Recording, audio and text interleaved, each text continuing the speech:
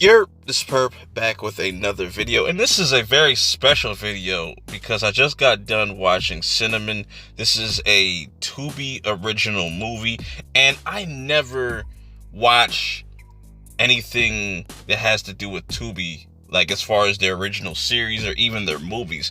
But I just kept hearing people talk about this, like Rashad Reviews and Mr. Rogers Reviews, and just a lot of people on social media and stuff talk about this film.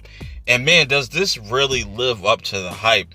This, if Tubi can put out quality content like this, man, they can really start to shift things as far as the streaming services go, because, you know, Tubi is free, obviously, but it has ads and stuff like that.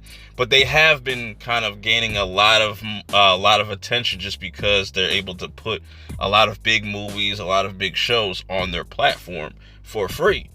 So going into this, I was just like, I don't know about this, but this has a really strong cast. You have Haley Kilgore in this. You might recognize her as Jukebox, the young Jukebox from Raising Kanan, and I've always liked her as an actress and also as a singer. She just has such an incredible vocal range, and you get to kind of see that within this movie. You got Damon Wayans, you got Pam Grier in this as well. Man, fantastic cast. So this is starring Haley Kilgore as Jodi. She's working at this gas station, and she's just waiting for like the time to pass by, waiting for a specific time so she can close down. But before she can close down, somebody comes in. Always happens like last minute when you're trying to close up the shop, and somebody comes in, and all of a sudden another person comes in and starts to hold the place up and steals a bunch of money, but also shoots the other person that came into the store, not knowing that this was all kind of planned out by Jodi. And who we get introduced to is Eddie. That's the other person. And how these two kind of met or reconnected, because Eddie and Jodi met each other on the bus, but they knew each other from, when they were younger. So that right off the bat kind of like just had me hooked, and I had no idea what to expect from this movie going forward. I was like, is this going to be some type of Bonnie and Clyde? Because when this movie starts off, it definitely feels like a love story at first. But then when you realize what Damian Wayne's character Wally is doing, he's into a lot of shady business.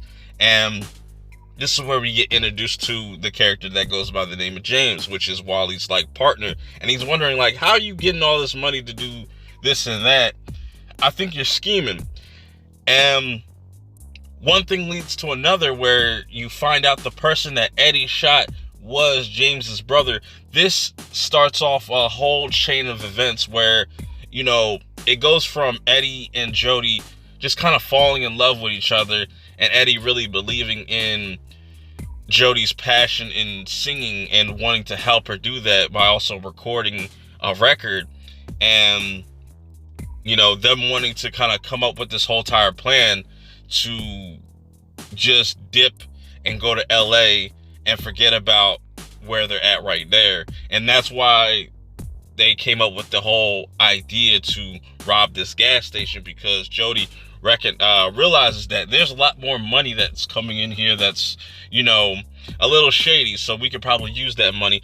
But like I said, it's a bunch of chain of events that start to kind of pop off, and it just a bunch of twists and turns. The guy that plays James is a really dope antagonist, but Pam Grier, bro, she does not say nothing because her character is deaf, and she just uses sign language. But the way she's able to communicate who lives and who dies, fantastic. And for this to be only an hour and 28 minutes, this runtime and the pacing of this movie is just really well done. They don't leave nothing kind of up in the air or open-ended or anything. It's just filled with a lot of twists and turns, and it just keeps your attention every second. And I thought that everybody involved in this movie did an incredible job with their performances, and it's also kind of very humorous at times. There's a lot of interesting comedy that is spread out throughout this movie.